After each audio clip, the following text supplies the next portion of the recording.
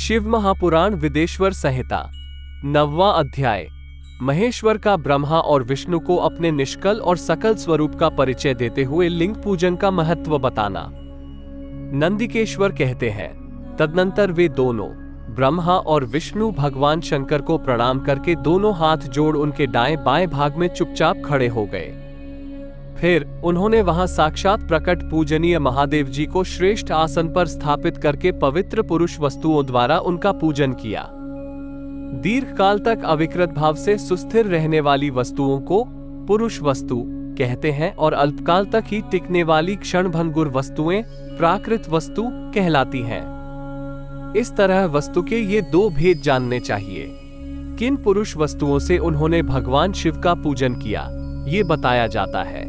हार, नूपुर, केयूर, किरीट, मणिमय कुंडल, यज्ञोपवीत, उत्तरीय वस्त्र, पुष्पमाला, रेशमी वस्त्र, हार, मुद्रिका, पुष्प, तांबूल, कपूर, चंदन एवं अगुरु का अनुलेप, धूप, दीप, श्वेतछत्र, व्यजन, ध्वजा, चंवर तथा अन्यान्य दिव्य उपहारों द्वारा, जिनका वैभव वाणी और मन की पहुंच से परे था, जो केवल पशुपति के ही योग्य थे और जिन्हें पशु कदापि नहीं पा सकते थे, उन दोनों ने अपने स्वामी महेश्वर का पूजन किया। सबसे पहले वहां ब्रह्मा और विष्णु ने भगवान शंकर की पूजा की। इससे प्रसन्न हो भक्तिपूर्वक भगवान शिव ने वहां नम्र भाव से खड़े हुए उन दोनों देवताओं से मुस्कुराकर कहा। महेश्वर बोले, पुत्रों, आज का दिन एक महान दिन है। इसमें तुम्हारे द्वारा जो आज मेरी पूजा हुई, इससे मैं तुम लोगों पर बहुत प्रसन्न हूं। इसी कारण ये दिन परम पवित्र और महान से महान होगा। आज की यह तिथि शिवरात्रि के नाम से विख्यात होकर मेरे लिए परम प्रिय होगी। इसके समय में जो मेरे लिंग निष्कल अंग आकृति से रहित निराकार स्वरूप के प्रतीक वेर, सकल साकार रूप के प्रतीक विग्रह की पूजा करेगा, वह पुरुष जगत की सृष्टि और पालन आदि कार्य भी कर सकता है। जो शिवरात्रि को दिन रात निराहार एवं जितेंद्रिय रहकर अपनी शक्ति के अनुसार निश्चल भाव से मेरी यथोचित पूजा करेगा, उसको मिलने वाले फल का वर्णन सुनो। 1 वर्ष तक निरंतर मेरी पूजा करने पर जो फल मिलता है, वह सारा फल केवल शिवरात्रि को मेरा पूजन करने से मनुष्य तत्काल प्राप्त कर लेता है। जैसे पूर्ण चंद्रमा का उदय समुद्र की वृद्धि का अवसर है, उसी प्रकार यह शिवरात्रि तिथि मेरे धर्म की वृद्धि का समय है। इस तिथि में मेरी स्थापना आदि का मंगलमय उत्सव होना चाहिए। पहले मैं जब ज्योतिर्मय स्तंभ रूप से प्रकट हुआ था, वह समय मार्गशीर्ष मास में आर्द्रा नक्षत्र से युक्त पूर्णमासी या प्रतिपदा है। जो पुरुष मार्गशीर्ष मास में आर्द्रा नक्षत्र होने पर पार्वती सहित मेरा दर्शन करता है अथवा मेरी मूर्ति या लिंग की ही झांकी करता है, वह मेरे लिए कार्तिकेय से भी अधिक प्रिय है। उस शुभ दिन को मेरे दर्शन मात्र से पूरा फल प्राप्त होता है।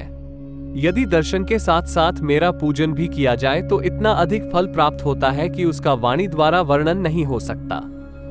वहां पर मैं लिंग रूप से प्रकट होकर बहुत बड़ा हो गया था, अतः उस लिंग के कारण ये भूतल लिंग स्थान के नाम से प्रसिद्ध हुआ। जगत के लोग इसका दर्शन और पूजन कर सकें, इसके लिए यह अनादि और अनंत ज्योति स्तंभ अथवा ज्योतिर्मय लिंग अत्यंत छोटा हो जाएगा। लिंग सब प्रकार भोग सुलभ कराने वाला तथा भोग और मोक्ष का एकमात्र साधन है। इसका दर्शन, स्पर्श और ध्यान किया जाए तो ये प्राणियों को जन्म और मृत्यु के कष्ट से छुड़ाने वाला है। अग्नि के पहाड़ जैसा जो ये शिवलिंग यहाँ प्रकट हुआ है, इसके कारण ये स्थान अरुणाचल नाम से प्रसिद्ध होगा। यहाँ अनेक प्रकार के बड़े बड़े तीर्थ प्रकट होंगे। इस स्थान में निवास करने या मरने से जीवों का मोक्ष तक हो जाएगा। मेरे 2 रूप हैं, सकल और निष्कल। दूसरे किसी के ऐसे रूप नहीं है। पहले मैं स्तंभ रूप से प्रकट हुआ, फिर अपने साक्षात रूप से। ब्रह्म भाव मेरा निष्कल रूप है और महेश्वर भाव सकल रूप। ये दोनों मेरे ही सिद्ध रूप हैं। मैं ही परब्रह्म परमात्मा हूं। कलायुक्त और अकल मेरे ही स्वरूप है। ब्रह्मरूप होने के कारण मैं ईश्वर भी हूं। जीवों पर अनुग्रह आदि करना मेरा कार्य है। ब्रह्मा और केशव, मैं सबसे बृहत और जगत की वृद्धि करने वाला होने के कारण ब्रह्म कहलाता हूं। सर्वत्र समरूप से स्थित और व्यापक होने से मैं ही सबका आत्मा हूँ। सर्ग से लेकर अनुग्रह तक आत्मा या ईश्वर से भिन्न जो जगत संबंधी 5 कृत्य हैं, वे सदा मेरे ही हैं, मेरे अतिरिक्त दूसरे किसी के नहीं हैं। क्योंकि मैं ही सबका ईश्वर हूँ। पहले मेरी ब्रह्मरूपता का बोध कराने के लिए निष्कल लिंग प्रकट हुआ था। फिर अज्ञात ईश्वरत्व का साक्षात्कार कराने के निमित्त मैं साक्षात जगदीश्वर ही सकल रूप में तत्काल प्रकट हो गया। अतः मुझ में जो ईशत्व है उसे ही मेरा सकल रूप जानना चाहिए, तथा जो यह मेरा निष्कल स्तंभ है वो मेरे ब्रह्म स्वरूप का बोध कराने वाला है। यह मेरा ही लिंग चिन्ह है। तुम दोनों प्रतिदिन यहाँ रहकर इसका पूजन करो। यह मेरा ही स्वरूप है और मेरे सामीप्य की प्राप्ति कराने वाला है।